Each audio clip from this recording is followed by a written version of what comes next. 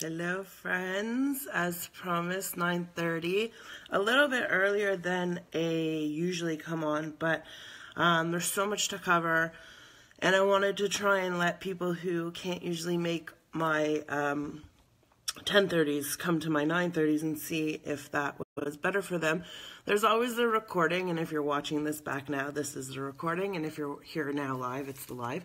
I'll wait till a bunch of you kind of jump on, and tonight, you know that we will be talking about magnesium, and there's so much to cover. I don't even know that I can cover it all in this one live, but I do want to talk about it because it is so important. And I wrote down all my notes and went through all my information, and I tried to pick out and select the most valid information to share with you guys. So I'll wait till a couple more people come on, and for those joining us, we're talking about magnesium. I think I put a title there, so you should see that. We're going to talk all about magnesium, different sources of magnesium, how you know if you're deficient in magnesium, how important magnesium is in the body, the different types of magnesium, the best way to get magnesium. So that's going to be tonight's chat. I'll wait a couple more seconds for people to join here, and then I will get started. For those of you who are joining us, we're talking about magnesium, and I'll kind of clear up some confusion because there's a lot of different types of magnesium on the market. Often it's very expensive, so I want to make sure that you guys are, getting the best bang for your buck and you're buying the right source of magnesium. I don't sell magnesium. I just want to share this with you. Hi guys. Hi Ellen. You guys can say hi. I don't know how many people are going to join us tonight at this time, just because it's a little bit earlier, and a lot of my people are out on the Pacific time, so they're about 3 hours back, so it's kind of early. But what I'm going to do is I'm going to go ahead and start because there's so much to cover, and then we can ask questions. So actually, I think what I'm going to do right now is the comments are so distracting, and I try not to watch those as I'm doing it, but I'll try my best. If they get distracting, I'll swipe away, and then what I'll do is I'll come back at the end and we can talk about some questions that you guys might have. Okay, definitely didn't fill my water, so just a little moistness for a minute. Okay, so let's talk about magnesium. Let's talk everything magnesium, and I hope this brings light to you guys, and I hope it is done in a way. I tried to cut out all the sciencey stuff, but there's a little bit of it because it makes a little bit of sense. So I do want you to bear with me. If it's a little bit sciencey, ask questions at the end, and I'll get through it. I'm going to run through an overview of magnesium. I'm going to talk about magnesium in the body. I'm going to talk about some interesting facts with magnesium. I'm going to talk about magnesium in disease. I'm going to talk about different ailments in the body. I'm going to talk about the health effects of magnesium in existing conditions. I'm going to talk about, what else? I'm going to talk about, let's see what else. I'm going to talk about how good magnesium is for your health. I'm going to run through different kinds of magnesium, conditions related to problems of magnesium deficiency, why we're deficient in it, what's the difference between mild and severe deficiency, testing for it, and looking at our food and different reasons why we're so depleted, why healthy individuals are depleted in magnesium. I'll talk about water. I'll talk about, oh God, so much stuff, guys. So I'm just going to start. Okay, so first and foremost, magnesium is a common metal that in the body activates hundreds of cellular biochemical reactions. Okay, so what that means is it's responsible for hundreds of different mechanisms in our body. Okay, in the nervous system, magnesium is the 9th most abundant element in the universe, and it's the 8th most abundant element in the Earth's crust. Cool. Okay, in our body, there are about 4 to 6 teaspoons of magnesium in the human body. Magnesium is the 4th most abundant mineral in our body. Only 1% of total body magnesium is found in our blood. The remainder is found in the bones, and inside the cells of the muscle, the heart, and the liver. Okay, magnesium absorption, occurs in the small intestine and begins as early as 1 hour after ingestion in the duodenum. Okay, this is part of the digestive system. So it's in the duodenum, but primarily occurs in the ileum or the distal intestine. So we're looking at the big and the small intestine, and this is if we're using magnesium orally. Okay. Some interesting facts about magnesium. Magnesium is one of 6 macro minerals, okay, which means it's a major mineral needed by our body in larger amounts. And the other 5 are calcium, sodium, potassium, phosphorus, and chloride, okay? Roughly 75%, okay, this is a U.S. statistic, okay? Canada's probably not far off. Consume less than recommended daily allowance, and 7 to 11% of hospitalized patients and 65% of intensive care patients are deficient in magnesium, okay? Even if you go for a blood test, okay, and you find out that you're not deficient in magnesium, don't believe them, okay? That's the thing, okay? Sometimes those test results will come back and they'll show that you're fine, but you're really not, okay? And I'll talk about that more. Only 20 to 50% of magnesium intake is actually absorbed by the body by the most common forms of magnesium. There are over 3 dozen prescription medications that interfere with magnesium absorption and retention in the body, including antibiotics, diuretics, allergy medicines, asthmatic medications, chemotherapy treatments, okay? Absorption of magnesium supplements is going to vary, okay? And I'm going to talk about that. So, for instance, magnesium oxide, which is one of the most common known forms of magnesium supplements in our drugstores and on-store shelves, has been found to only have a 4% absorption rate. Other forms of magnesium supplements, however, including magnesium chloride, yay, my favorite, and we're going to talk about it, have been found to have super high absorbency rates, and it's due to their solubility in water. Okay, we're going to talk about that later.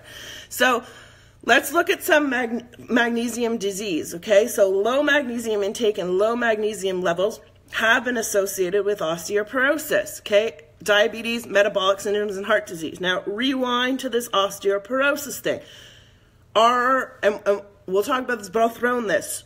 So many people with osteoporosis and the breakdown of the bones, guys, are heavy consumers of calcium. They forget about magnesium. They forget about the ratio of magnesium to calcium. They forget about vitamin D. They forget about amino acids, okay? Osteoporosis is not a calcium deficient disease, okay? It's actually the malabsorption of calcium and magnesium and the other things that I just touched on. And as a society that's super overindulgent in calcium or getting calcium from completely the wrong sources, which I'll always also talk about, we have to start understanding where to get our calcium from. And I'll talk to that a bit later, and I knew I would digress there, but let's go back, okay? So there's a positive correlation between magnesium and bone mineral density. Magnesium deficiencies result in decreased bone strength, decreased bone volume, poor bone development, excess release of calcium from the bone into the blood without occupying bone formation. So statistic analysis of bone mineral density and diet for members of a study that I looked at, it suggested that the long-term diets high in magnesium, not calcium, magnesium, protect in the loss of bone mineral density, okay? So that's one topic. Now we're going to look at depression, and I'm going to kind of go through these a couple of times where I make correlations for you guys, okay? Studies show a high percentage of chronically depressed people exhibit magnesium deficiency, okay? This also goes back to gut health, okay? And this also goes back to fixing gut health so we have absorbency so we can absorb magnesium, okay?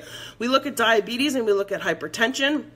We look at high magnesium intake has shown to reduce the risk of developing hypertension. We look at heart health. Our heart needs magnesium, okay? Higher blood levels of magnesium were associated with lower risk of heart disease, okay? Health effects of magnesium on existing conditions, which I'm going to talk about.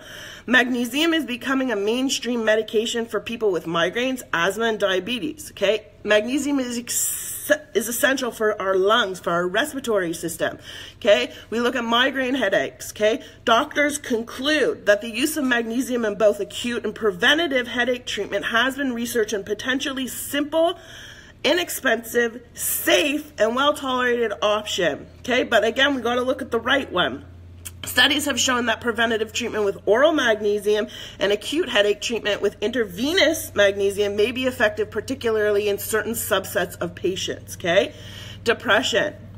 Correlation between incidence of magnesium deficiency and depression have led researchers and clinical studies to investigate magnesium supplementation as a potential treatment for chronic and major depression. These things aren't surprising, guys, at all. We look at diabetes, and I look at a study that was published in the American Journal of Clinical Nutrition, found that daily magnesium supplements activate glucose transport, improve the behavior of hormone regulators, improve overall oxidative glucose metabolism. What does that mean? That means that magnesium is so needed in those people who are suffering with depression, and we need to activate glucose transports. Those are like, let's call them like little Ubers, okay, that transport glucose around the body, okay, and improve hormone regulators. So glucose, it's a hormone in the body, so we need that, and we need to improve that, okay? And to improve, it brings oxygen into the body, which is essential for glucose metabolism, meaning the way that our body uses magnesium. That's the simplest way I could break it down and not be too sciencey, okay? Heart health. Another studied in the Southern Medical Journal of 15 studies on the effect of magnesium supplementation on high blood pressure, hypertension, found that 67% of studies showed a statistically significant decrease in blood pressure, okay? We look at asthma. Magnesium is shown promises in the short-term treatment of asthma attacks. It's postulated that magnesium relaxes, okay, so we do know that magnesium is a muscle relaxant. It soothes muscles at the bronchial level. In the same manner, it acts on to soothe vascular muscles, blood vessels, by blocking excess calcium through its influence on calcium channels across cellular members, okay? Again, I'm taking that quote from a study, a little bit sciencey, so bear with me, okay? So we know that magnesium is good for our health, okay? It also has an effect on neurological, behavioral disturbances, irritability and anxiety, lethargy or being tired, impaired memory and cognitive function, anorexia or loss of appetite. Often people with eating disorders are super deficient in minerals, specifically magnesium and B12, and there's a high correlation to that, okay? Nausea, vomiting, seizures. We look at it from a muscular side, and we look at weakness, muscle spasms, tics, muscle cramps. Often people talk about restless leg syndrome. Magnesium is your best friend. Again, we'll talk about the right source. We look at hyperactive reflexes, impaired muscle conditions, tremors, involuntary eye movements. You guys ever have the twitching of the eyelids where they go like super crazy and they're just like totally twitching out on you? Magnesium deficiency. We look at vertigo, okay, another imbalance. We look at some people have difficulty swallowing, and so funny that comes up. I remember when I was a kid, I had like this, I don't know if it was a fear or what, I had a problem swallowing food, and I was scared to swallow it, to choke on it, and maybe at that point a magnesium deficiency was very present. We look at the metabolic. We look at increased intercellular calcium. We look at hypoglycemia. We look at calcium deficiency. We look at potassium deficiency. We move into the cardiovascular aspect. We look at irregular or rapid heartbeats. We look at coronary spasms. We look at, in children, we look at growth, okay, and failure to thrive. Okay, so there's so many things that could be related and missed for magnesium deficiency. So we want to look at conditions related to problems of magnesium deficiency again. So latent magnesium deficiency, we look again at the depression, the chronic fatigue, the ADHD, epilepsy, Parkinson's, sleep issues, migraines, clustered headaches, osteoporosis, premenstrual syndrome, PMS, guys, Oh my God, how many of you have PMS? All you want to do is stuff your face with chocolate. Hello, high in magnesium, the right form, real rock cow. That's the stuff you want, not a Kit Kat, okay? But super high in magnesium and manganese, okay? We look at chest pains, we look at cardiac arrhythmias, we look at coronary artery disease, we look at type 2 diabetes, hypertension, asthma, okay? So a lot of repetitive stuff. So what's the difference between a mild and a severe magnesium deficiency? It's well known that low magnesium is very difficult to detect in a clinical setting, so much so that magnesium deficiency itself is sometimes referred to as asymptomatic or showing no symptoms or signs. And again, this is where it gets tricky. And this is also where it gets tricky with like blood testing, that it doesn't come back. The cause of a lack of magnesium can include dietary choices, available of foods that are higher in magnesium, as well as illness, use of certain pharmaceutical drugs, which I'm going to talk about, and generic factors, okay? Low magnesium can be hard to detect. So the first step to preventing magnesium deficiency is knowing some of the risks, okay? Magnesium depletion in healthy individuals can be caused, oops, let me turn off my volume there. Can be caused by low magnesium diets, processed foods, soda. We look at soft water. I'm going to talk more about it. I'm just highlighting. We look at calcium supplements, and we look at prescription and over-the-counter medicines, okay? Some conditions can increase vulnerability to deficiencies, okay? So alcohol and other addictions, aging, illness, and stress, digestive and genetic disorders, okay? A magnesium poor diet in America is normal. It's normal in Canada. It's normal across the world. It's not an exception. Let's look at soft water and understand what soft water is and the role that it's going to play with magnesium. So in areas, not everybody has soft water. Some places have soft water and some places have hard water. It really depends where you live. You should really know where your water is coming from, and you should never be drinking the tap water, but that's besides the point. So in areas with high mineral water content, increased magnesium consumption has been shown to have positive effects on our health. Similarly, soft water sources have been shown to reduce magnesium intake and in some cases may contribute to magnesium deficiency.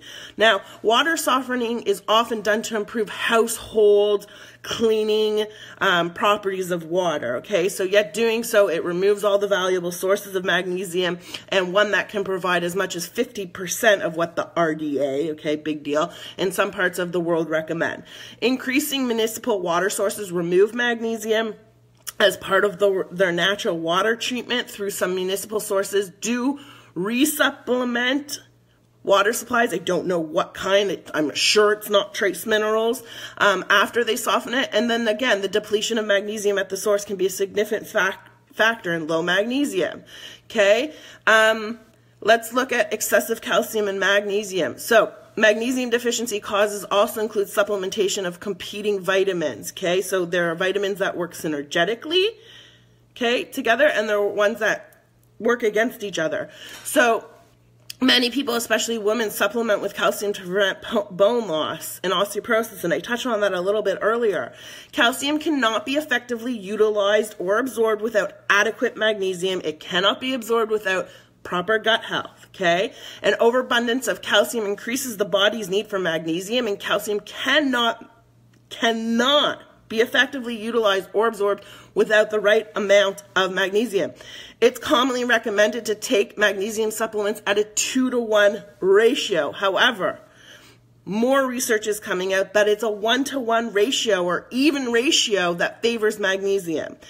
This can sometimes be advised by doctors or practitioners, especially when certain illnesses or conditions are present or when a diet is skewed excessively towards calcium intake, okay? Guys, stop eating dairy. You are not absorbing calcium. Dairy is for cows. Dairy is not for humans. I don't care anyone who wants to battle me on this. If you want to stuff your face with dairy, knock yourself out. If you want to make yourself sick, keep eating dairy. Take dairy out of your diet. Do it for 3 weeks. Do it for 2 weeks. Do it for 10 days and see how you feel and tell me that you don't feel different. I'll call you a liar because I wouldn't believe you. And dairy includes milk, yogurt, cheese, It's often in so many processed foods as a powder, as a filler. It's in whey, which everyone's super gung-ho to take whey to build their muscles and protein. Again, a whole other live that we could discuss, whey protein, okay? Look at calcium from plant source bases. Look at things like sesame seeds and tahini. Look at raw cacao. Look at dark leafy green vegetables. Look at beans and lentils and nuts and seeds.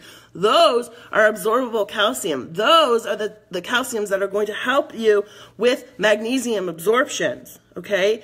We are over-calcified with calcium. There's too much calcium coming into the diet, and it's the wrong form. And if you look at studies, okay, you look at East Asia, you look at any non-Western society, okay, who are lower consumers of dairy, they have lower rates of osteoporosis and fractures. Where you look at North America and Western society, they have the highest fracture rates and osteoporosis rates, okay? Go figure. The dairy industry's got a lot of mola. They can tell you what they want. They've been brainwashing people for a long time. Okay, medications that can cause magnesium deficiency. Among the known magnesium deficiency causes are prescription medications such as diuretics, antibiotics, painkillers, cortisol.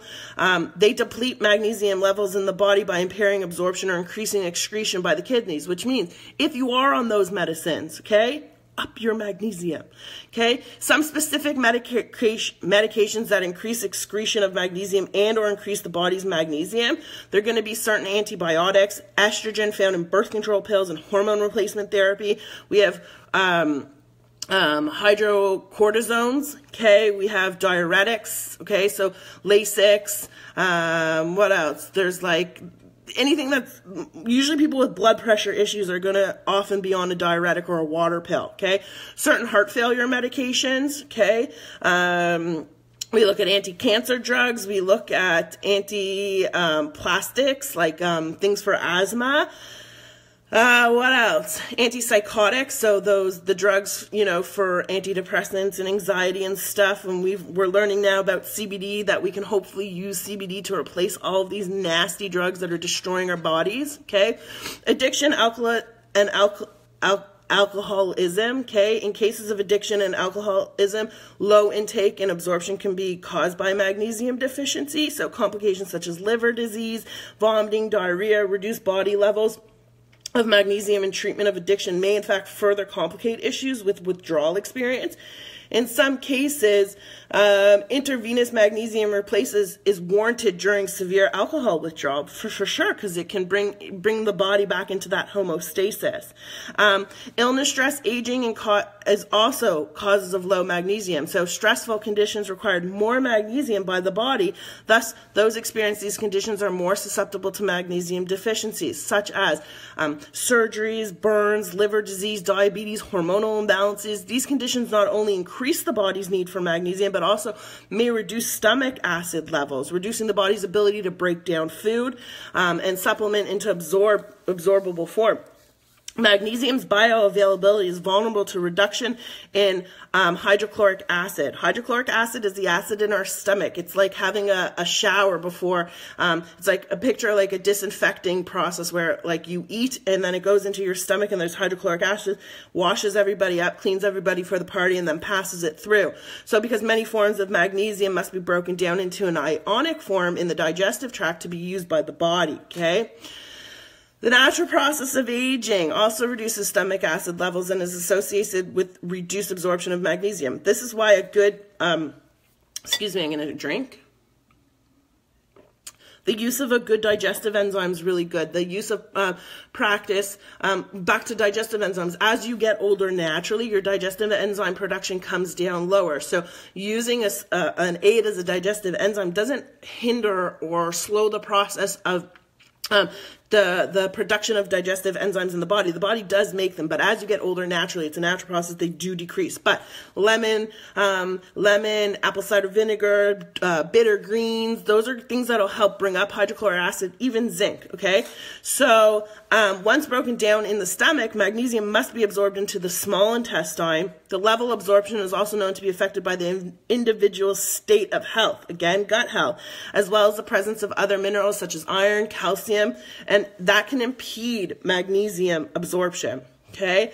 So I want to kind of look at still We're gonna look at magnesium chloride and the highly soluble form of magnesium that supports healthy chloride levels in the GI tract, which also help with gut health. Diseases of magnesium and malabsorption and depletion. So again, going back to digestive health and gut health being our foundation and our pillar of health, digestive disorders such as Crohn's disease, genetic diseases and other conditions may cause magnesium wasting by the kidneys or problems with absorption. For such individuals, higher takers of magnesium are required to replace that lost amount.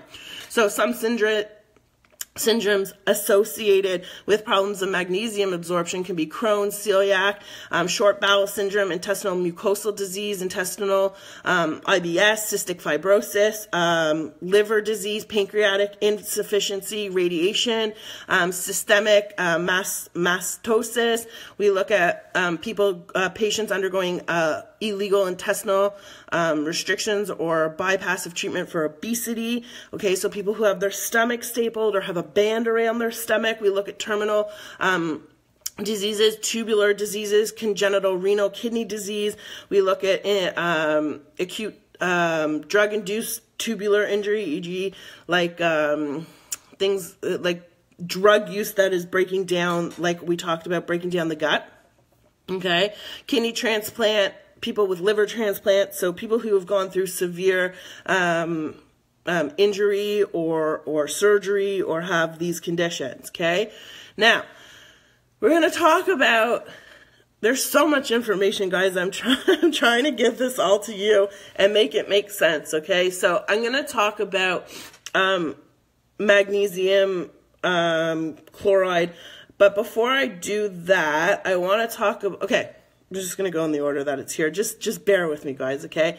So, again, let's talk about getting magnesium, okay? So we want to get magnesium. We want to look at magnesium-rich foods, okay? Plants, nuts, seeds, dark leafy greens, cacao. We want to look at effective magnesium supplements, which I'm going to talk about, and we want to look at that mineral hard, rich water. Meaning, if you have a filtration system, making sure that you're adding minerals back to your water, those, trace minerals, the stones. I have stones at the bottom of my Berkey, and I also put trace minerals into my Berkey, okay? So this is where things are going to get a little bit sciencey, guys, but I want you to try and understand it. I'll try and slow it down. So we're going to talk about forms of magnesium, okay? Magnesium chloride. Often you guys hear me talk about ancient minerals, and this is where I'm going with it. This is the source of magnesium chloride. Magnesium chloride has been found to have the highest bioavailability of the above types of magnesium due to its superior solubility in water. In fact, water solubility has been found to be directly related to supplement absorbability, as it is believed that the non-saturable component of magnesium absorption in the digestive system is related to solvent drag, the mechanisms by which minerals and electrolytes accompany solvents such as water in the process of digestion and absorption. Whoa, what does that mean? So basically, it's in easier terms, it's saying that the bioavailability, so the way that our body reacts to it, is great, and because it's water soluble, it is increase the availability and absorbency, meaning we can absorb it and we can obtain it a lot easier than some other forms of magnesium, okay? Then we look at magnesium acid complexes, okay? I'm sorry. These types of magnesium are often referred to as organic salts of magnesium, as they are organic in the manner defined by like science and laboratory chemists, but not in the manner defined in agriculture, okay? So since they are typically not derived from food or plants, they cannot classify them as organic by the USDA standards, okay? Those forms of magnesium are going to be your magnesium ascorbate, magnesium aspartate, magnesium citrate, magnesium fumarate, magnesium gluconate, magnesium glutamate, magnesium lactate, magnesium malate, and magnesium, it's called pedolate, okay? Now, the magnesium glutamate and the magnesium aspartate actually are even more harmful in the body, and they can actually interfere with detoxification pathways. And a lot of magnesium supplements, what happens is that they upset the digestive tract, okay? They make you go to the bathroom. They interfere with the detoxification pathway. So a lot of people commonly use citrate. And even when I first got into practice, I was really excited about that natural calm stuff. It's pure garbage, okay? It's pure garbage. There's arsenic found in it. It interferes with your entire body's process, okay? It's not good. If you want to use magnesium as a laxative for that purpose, to move your bowels, that's okay, but citrate's not the answer. I look at something called magnesium oxy, okay, and there's a product I can post, and it's used short term to clean you out, not long term, 4 or 5 days, and it will literally liquid plumber you, okay? Magnesium oxide is a common compound in the Earth's crust, okay? It comprises of 35% of the content by mass. However, it has been found in medical studies to have one of the lowest degrees of bioavailability, as low as 4%. Okay? Therefore, most experts do not recommend magnesium oxide as the magnesium supplement of choice. Magnesium oxide is used most store-bought brands of magnesium supplements due to its low cost. It's cheap. Okay, magnesium acid complex. The forms of supplement represent acids bonded with magnesium, typically in a laboratory environment, to form a complex between magnesium and a compound of hydrogen oxide and sometimes carbon nitrogen, known by chemists as this organic compound that we spoke about. These types of magnesium are often referred to, again, as those organic salts that I spoke about. Okay, and like I said, magnesium aspartate and the magnesium glutamate, they're both magnesiums. They break down into neurotransmitters, and that when they don't bind with those other amino acids, they become neurotoxic. So bad news bears, okay? What else do I have here? Okay, so I'm just going to talk again a little bit more about these amino acid magnesium chelates, okay, and understanding them. Chelated magnesium supplements are a type of biological acid complex in which magnesium is bonded to an amino acid containing nitrogen, one of the basic building blocks of protein, okay? So due to the complex chemical process required to produce amino acids, magnesium chelates in the laboratory, chelated supplements tend to be among the most expensive choices in magnesium supplements.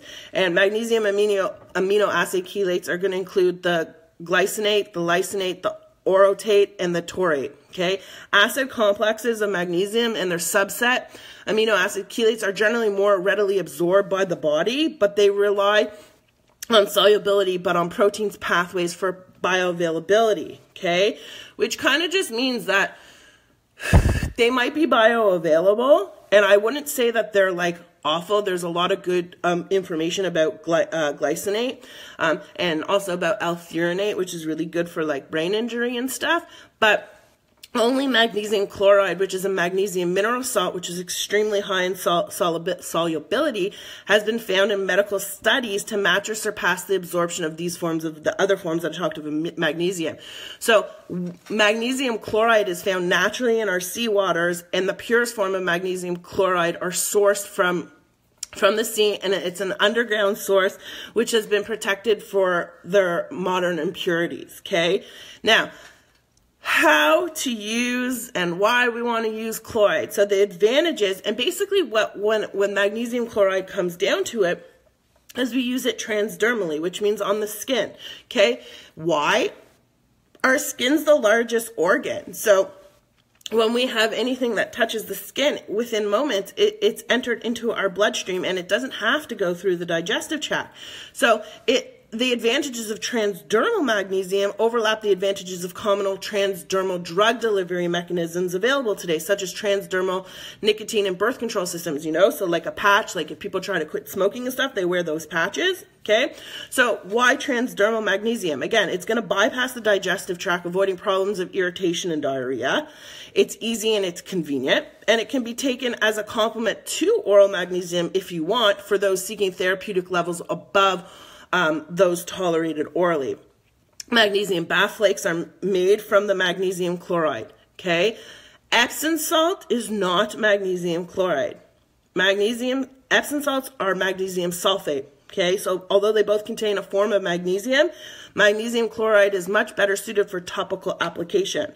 Magnesium chloride is more easily assimilated and therefore more bioavailable, absorbed, and utilized by our bodies, whereas magnesium sulfate is not as easily absorbed and utilized in the body. Okay, it's still going to be relaxing, okay, but magnesium sulfate is also more rapidly excreted, so it leaves the body through the kidneys, okay, than magnesium chloride, which explains why results don't last long and more amounts are needed for desired effects, okay? So, that is like the short and long of magnesium, okay? You guys often hear me refer out to the Ancient Mineral brands. I think they're a pure brand. I think they're a great source. I think also you can make a 1-to-1 ratio. So you can buy the bath salts and you can do a 1-to-1, and a spritz in the mouth here and there is good for you, okay? What else can I tell you about magnesium? I think that is like the small and the short of what is sustainable and hopefully that you guys can absorb. If you have questions, ask. Ask now. I could scroll up and look at all the questions, but ask questions now because I'm here and I can look at them. And guys, this stuff is always here to come back and to listen to, and you can pause it and you can stop it. And what I'm going to start doing actually is after I give these talks, I'm going to put notes together and I'm going to send them out via email, or you guys can opt in to get these tips and tricks and stuff so you can kind of have like notes of them. I was discussing it with someone and I think that's a good idea so that you have better keepsakes. Okay, so I'm going to look at doing stuff like that. Are there any questions, guys?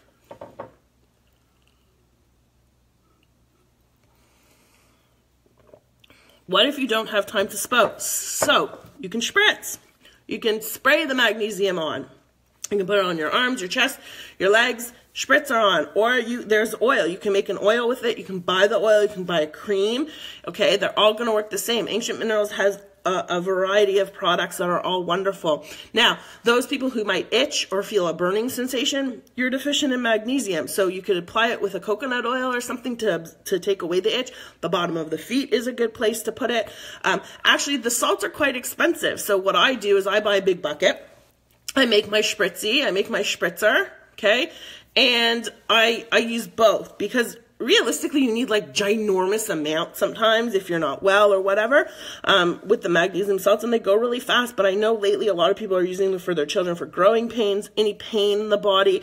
It's also a great detoxifier. It neutralizes toxins and draws them out of the body, which is great. I'm like a huge magnesium bath girl in the winter. I'm not as good as I am in the summer, but also buying the oil and going for a massage and getting that deep in your body is another amazing way to absorb that. How about the magnesium flakes compared to the salts? The flakes Epsom salts and chloride flakes are different. I just discussed them, so you could go back and listen to that. Can you recommend a brand? I like Ancient Minerals. That's the brand. That's my go-to. I know it's a clean source. I don't sell it, but you can get it on Amazon. Sometimes Amazon in the States do these flash deals with the Ancient Minerals, so you can look out for those. And they have various sizes. You can buy an 8-pound bag, or you can buy a 1-pound bag, and you can choose. When you were talking about calcium, did you say to take that in a 1-to-1 ratio to your mag? Also, how would you figure that out if you're taking magnesium transdermally? Okay, so as we looked at it, transdermally, magnesium is going to be a higher absorption rate than these oral magnesium. So when you're looking at a lot of supplements too will have a magnesium and calcium combined together. But if you're eating a diet rich in calcium foods that aren't dairy and you're using a transdermal that's going to be highly absorbed, you should be okay. Let's see. Magnesium flakes added to Epsom salt. Would you use this with kids? Yeah, I recommend people give magnesium baths to their kids all the time. First of all, knock them out, make them sleep. Second of all, it's so good for their skin. It's so good for every function in their body. You can mix the two. I don't. I suggest just doing the magnesium, but you can mix the two. That's fine. Is Natural Calm a good product? I actually just spoke about it, and I talked about how it's actually a terrible product, loaded with arsenic. It's a bad form of magnesium. It is a disruptor to the digestive system. Even though it may have those profound calming effects, you're not actually absorbing it. It's a really low absorption rate, so it's not a recommended source. Can you do it wrong? Oh, that's a great question. Can you OD on chloride? No, you can't really do it wrong. You can't put too much cream on or too much lotion on or soak too much in a bath. The benefits are just greater. That's all. It's not something that there's like a dangerous amount. You're not taking it orally. It's going through the skin. And the body's quite smart to realize, you know, how much comes in and if it does need to excrete that amount that it can. So you're okay with that. How much mag chloride flakes would you put in a child's bath? A cup. About a cup. I use 2 or 3 cups for myself. So a cup is good. If you're throwing 2 kids in there, a cup's still good. Did you say magnesium citrate is bad? I just purchased this one. Yeah, sorry, bad news bears. Hate to be the bearer, but just the messenger, don't shoot me. It's a garbage form. It's a really, really terrible form, and it interrupts with the detoxification pathways in the body, too. What else, guys? Boo, boo, boo, nothing? No more questions?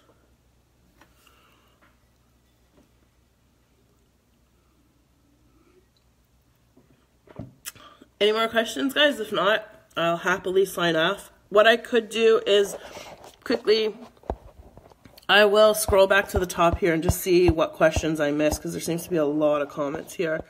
Let's see. 1 second, guys. Sorry, I'm looking at you all funny. Okay. Someone asked if this would be the reason that you have OCD. I wouldn't necessarily directly make the correlation that your magnesium deficiency is a reason, but I would say adding magnesium would probably be beneficial. Adding something like also CBD, cleaning your gut. Okay, gut health is so important. You have a headache right now. Get in a bath. Let's see. Okay, let's see. Someone asked, how can you tell the difference between soft and hard water? You can probably just Google your municipality and you'll find out very quickly. I get Charlie horses on my left calf the other morning. Was that painful and scary? Oh my God, magnesium before you go to bed. Or magnesium, people, when I tell people in my detox group, when they're detoxing, have that stuff on hand because it neutralizes the toxins and pull them out. A lot of people who go through my detox program find that they have pains in their legs in the beginning. It's safer while you're pregnant, guys, to get into magnesium bath. Let's see. Sorry, guys, I'm just kind of going back and seeing. Okay, so someone asked again, what is the best magnesium to use transdermally? Again, I talked about it all through here. I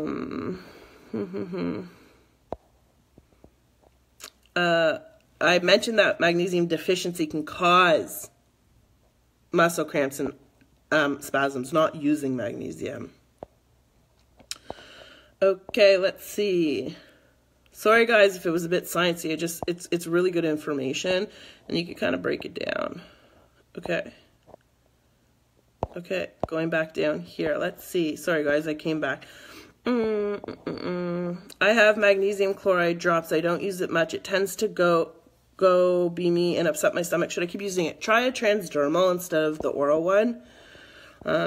Magnesium oil spray. Yeah, you can actually make your own magnesium spray. And guys, if you want the true expert on magnesium, look up Dr. Circus with an S, S-I-R-C-U-S. He's a genius, really. He's got so much good information. My daughter has celiac disease and really gets the itching and stinging as she explains it. Should I be giving it to her more often, like baths and cream? So, like I said, she's probably so deficient in it. Try using it with a coconut oil or another carrier oil, a jojoba oil, an almond oil, or something like that. That would be a good way to use it. Ancient Minerals is just a brand that I'm comfortable with. I haven't really looked further into it because I'm happy with the brand. I'm sure there's other ones. I don't know where they source from. Yes. So, good questions, guys. Anything else before I go unpack my groceries and fill my fridge with goodness for the week? maybe make dinner because I haven't done that yet, but it's a bit late. What else? You are welcome, guys. Thanks for coming to learn. Tomorrow's my birthday, and tomorrow I'm going to give you guys 34 things that I wish I taught my younger self. And I think I've made a pretty good list, and I'm going to go live and I'm going to share that with you guys tomorrow. So I'm trying to be active with these lives. I'm trying to bring topics that I think are valid and useful and things to know. So if you have suggestions or there's something you want me specifically to talk about, shoot me a private message and I will definitely add it to the list. I do want to talk about, again, CBD related to certain conditions, and I am going to get on that and do that. So yeah, if you need to go back and watch it. Like I said, you can pause it and rewind and whatnot. So I'm going to leave it here. Someone just said ADHD. Yeah, we can talk about that. Awesome. No, don't wish me happy birthday today, guys. Tomorrow you can wish me happy birthday. It's bad luck. I don't want bad luck. 2018 is going to be an incredible year for everybody. So hold the birthday wishes, and we'll talk about birthdays tomorrow, okay? So good night, guys. Thank you for coming. I hope that it was informative. I'm sorry if it was very sciencey.